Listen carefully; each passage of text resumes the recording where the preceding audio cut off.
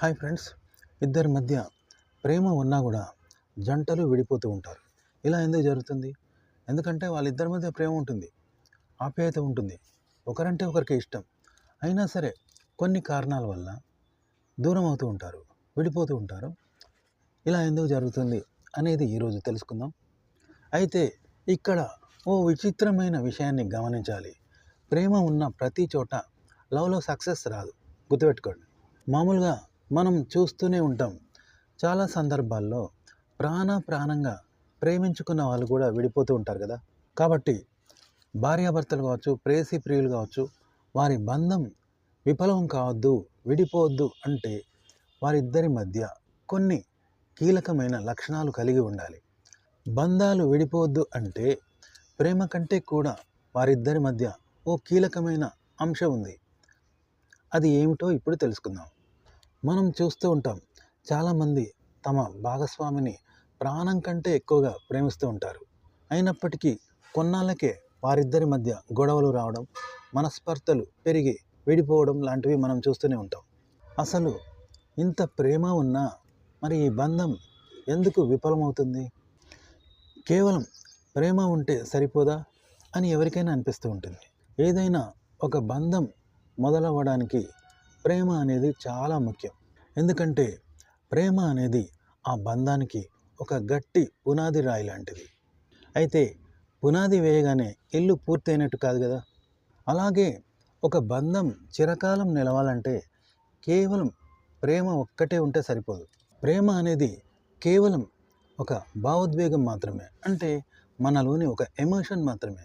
ఈ భావోద్వేగానికి తోడుగా మరికొన్ని కీలక అంశాలు తోడైనప్పుడే అది ఒక బలమైన బంధంగా మారుతుంది. బంధాన్ని మొదలు పెట్టడానికి ప్రేమ ఉండాలి, కానీ ఆ బంధాన్ని కొనసాగించడానికి మాత్రం ప్రేమ ఒక్కటే ఉంటే సరిపోదు. చాలామంది తమ భాగస్వామిని ప్రేమిస్తున్నాం కదా అని ఇతర విషయాలను నిర్లక్ష్యం చేస్తూ ఉంటారు. అయితే ఇక్కడే అసలు సమస్య మొదలవుతుంది. చాలాసార్లు మనసులో ఉన్న మాటలు సరిగ్గా చెప్పలేకపోవడం వల్లే గొడవలు జరుగుతూ ఉంటాయి.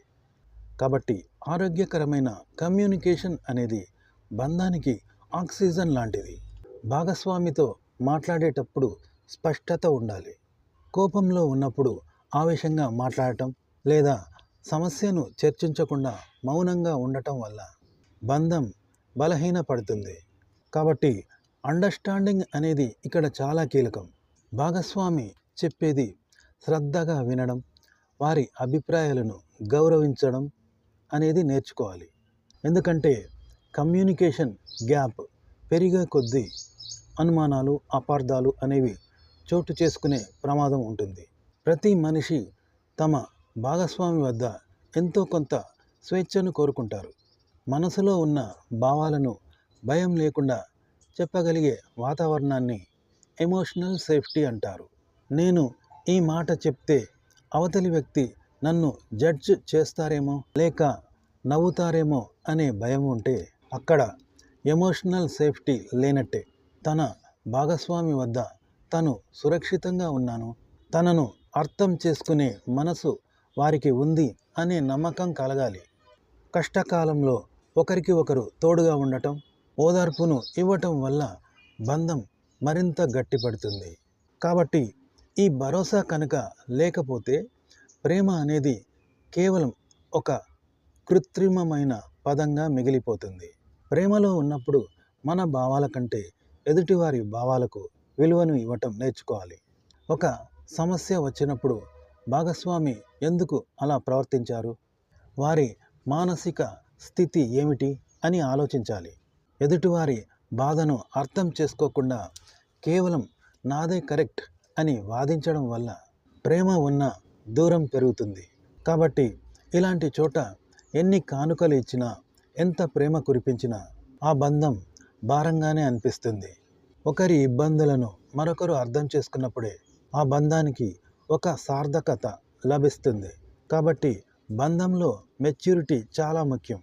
చిన్న చిన్న విషయాలకు గొడవ పడటం, గతంలోని పొరపాట్లను పదే పదే గుర్తు చేయడం వల్ల ప్రశాంతత కరువవుతుంది.